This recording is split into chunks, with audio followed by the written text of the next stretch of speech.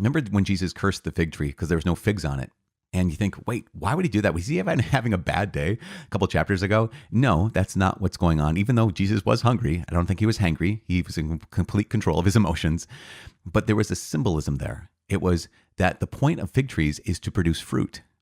And the point of being a Christian, the point of being someone who belongs to the Lord, even the point of the people of Israel was to produce the fruit of righteousness. I mean, that's the whole point. And same thing is true when it comes to us as Christians. The whole point is to produce fruit. And if we don't, if we just, okay, I was given this and I'm giving it back, that's failure. It's that call to say, okay, where and how can I use what God has given me for his glory and to help the people around me?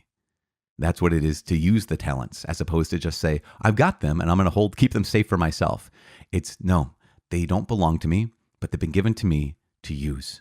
And that's the next piece here. What does that mean? Does that mean being super flashy? Does it mean being on a stage? Does that mean everybody knows that you're a disciple or an evangelist? Well, it means this. Jesus makes it so clear in the judgment of nations. He says, come, you blessed of my Father. Because why? Because I was hungry and you fed me. I was thirsty, you gave me drink. I was a stranger, you welcomed me. I was naked, you clothed me. I was sick and you visited me. I was in prison and you visited me. Two things to keep in mind is there is these acts of virtue that are so incredibly important. Not just important in the sense of like, yeah, it's really nice to do, but think of the people who go to heaven, come, you bless my Father, to the eternal life of heaven here, is because you did these things. And those who are going to hell, because you didn't do these things. That's what we call sins of omission. It wasn't even that you walked by a stranger and you kicked them. You walked by someone who was hungry and you slapped them in the face. It's not that. It's not that you did evil. It's that you didn't do good. And so this is so important when it comes to, even that big debate about faith and works. We recognize that here very, very clearly, Jesus makes the point of what is the distinction between those who enter into heaven and those who do not, those who go to hell, is did you do the thing or did you not do the thing? And this is what we call the corporal works of mercy, is that call by Jesus. Say, okay, take care of those who are sick, take care of those who are in prison, care for those who are naked and hungry and thirsty. And do I do that? And we get to ask this question, like, okay, I might not be a horrible person. I might actually even strive after the Lord, but I have to ask myself, what about those sins of omission? Where have I not responded when someone around me was in need? Now, so just last little thing, two last little things about this is so important because we recognize that, as St. James will say, faith without works is dead. Faith without works is dead. And St. James will even say, we are not justified by faith alone, but by what we do with that faith we have.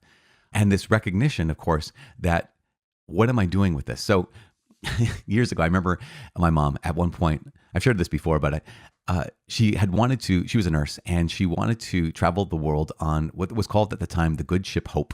I think they call them mercy ships, and basically to be a medical missionary to those around the world because she heard the words of Jesus here in Matthew 25. And feed the sick, clothe the naked, give drink to the thirsty, take care of those who are in need of being taken care of. That was her dream. And then she met my dad and they got married and had a bunch of kids. And, part of that, you think that, that dream is over and you don't get to live that missionary life. But then you realize, wait a second. So my mom has 6 kids and a bunch of grandkids now. And like, Mom, that's what you spent your whole life doing. You spent your whole life clothing the naked. You spent your whole life feeding the hungry. You spent your whole life giving drink to the thirsty, taking care of us. And that's what this is all about. Mother Teresa, people would come to her to Calcutta and say, I want to do what you do here. And she would say, go back to your families and love them.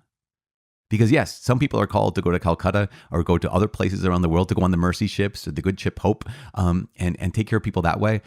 But most of us are called to say, okay, look to your left, look to your right. Who are the people in your own home?